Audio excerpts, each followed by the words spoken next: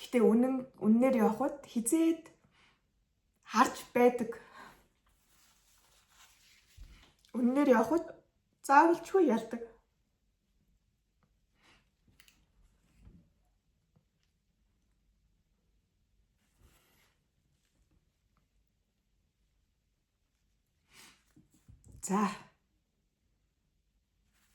За бидний хамгийн их одоо дайрлаг, одоо янз бүрийн юмд өртөх, сэтгэл өвдөх одоо юу гэдгийг тэр зүйл маань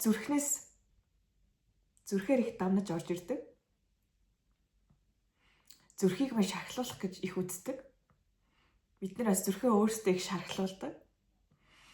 Зүрхээ гаргаж илэрхийлэх ёстой байтал зүрхээ хааж, боож, боомлдог.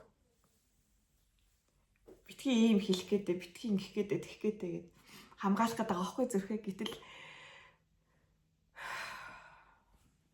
зүрх чинь хайрын орон зай, хайрлах ёстой.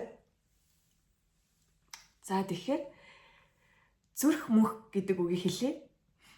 Зүрх мөнх, зүрх мөнх, зүрх мөнх, зүрх мөнх, зүрх мөнх, зүрх мөнх, зүрх мөнх, зүрх мөнх, зүрх мөнх, зүрх мөнх, зүрх мөнх, зүрх мөнх, зүрх мөнх.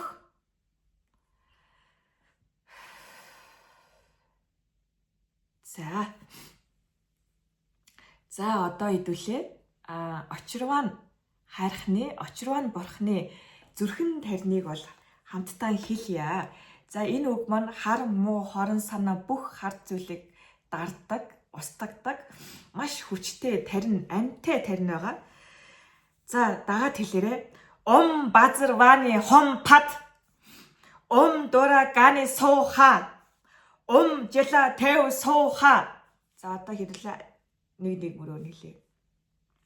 Базар ваны хом пад. Базар ваны хом пад.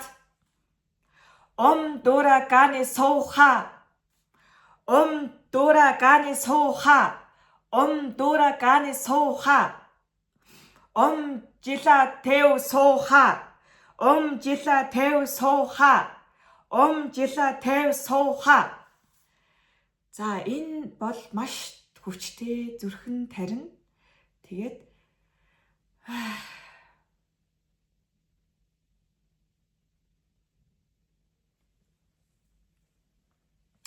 за магадгүй би энийг part 2 хэсгээрээ оруулж магадгүй. За тэгээд та нар маань сэтгэлдээ бас бичээрээ ямар байсан бэ эдгээр үгсийг хэлэхэд. За тэгээд баярлалаа.